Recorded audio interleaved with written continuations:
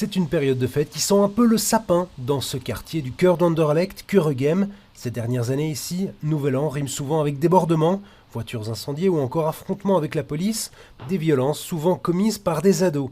Résultat, cette année, le bourgmestre a décidé d'interdire la présence des moins de 16 ans le 31 dès 19h, s'ils ne sont pas accompagnés, une mesure qui a un double objectif. Donc il y a déjà ceux qui utilisent les pétards et qui génèrent eux-mêmes un danger, mais c'est peut-être pas le fond de la mesure. La mesure, c'est que il y a des enfants de moins de 16 ans qui se baladent dans l'espace public et qui se mettent eux-mêmes en danger parce qu'il y a ce système de tir, je disais de pétards, mais c'est plutôt des charges explosives, parce que les pétards ont de plus en plus de puissance. Autre commune, autre zone de police, Etterbeek. Ici, il y a un an, 7 mineurs ont été arrêtés la nuit de la Saint-Sylvestre pour des débordements dans ce quartier.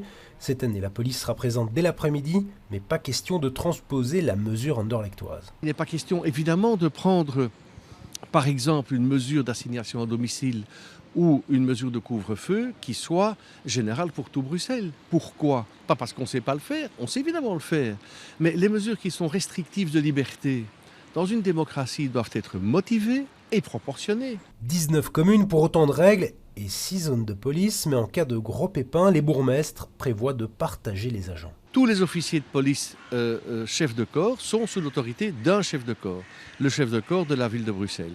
Avec le système des caméras intégrées, on suit ce qui se passe dans les différentes communes, différents quartiers, et c'est lui qui coordonne les forces de l'ordre avec des adjoints qui sont les chefs de zone des autres zones concernées. Ça peut être 1, 2 ou 3 zones, ça dépend évidemment des événements. En cas de besoin, la police fédérale pourrait aussi être appelée en renfort, mais on en est loin, l'heure est encore largement à la prévention.